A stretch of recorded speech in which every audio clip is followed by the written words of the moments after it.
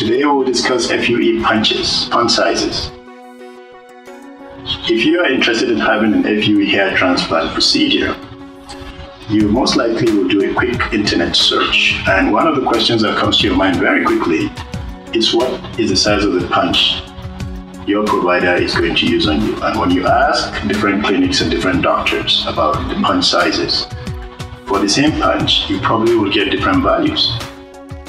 The reason might be because, as often is the case, the provider does not have the actual size, or they are each time measuring different aspects of the punch and returning those values to you. So the differences.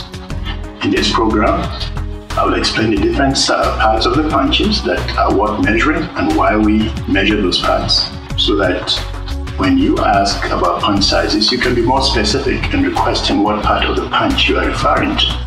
That way you get an information that is much more relevant and valuable to you, which you can actually use in making a decision as to whether or not to proceed with your surgery. Thank you. There is confusion on how punch sizes are determined. The question is, what part of the punch should ultimately be measured to determine the punch size? To answer this question, we may ask ourselves, why do we care about the punch size? First, punch size affects the bulkiness of the graft. Second, punch size affects the size of the wound and scar created in FUE.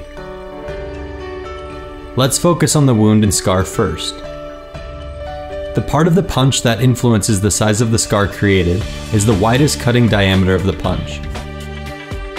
For this reason, the most important diameter is the outer diameter of the cutting tip, which we will refer to as OD.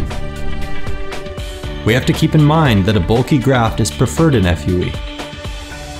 So if we focus on the graft bulkiness, it is logical to expect that the larger punch diameter would result in a bulkier graft.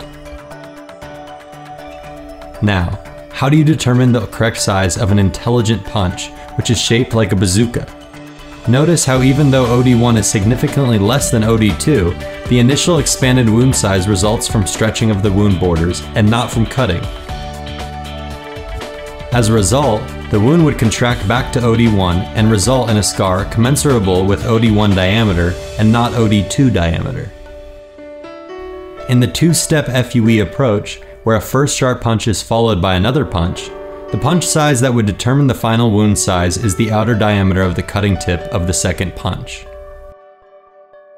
FUE punches have evolved to maximize bulkiness while minimizing the wound size by manipulating effective cutting axis direction.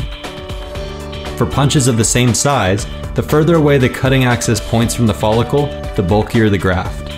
In conclusion, always look for the outer diameter of the cutting tip of the punch. Look for punches that have been optimized to attain bulkier grafts while creating smaller wounds.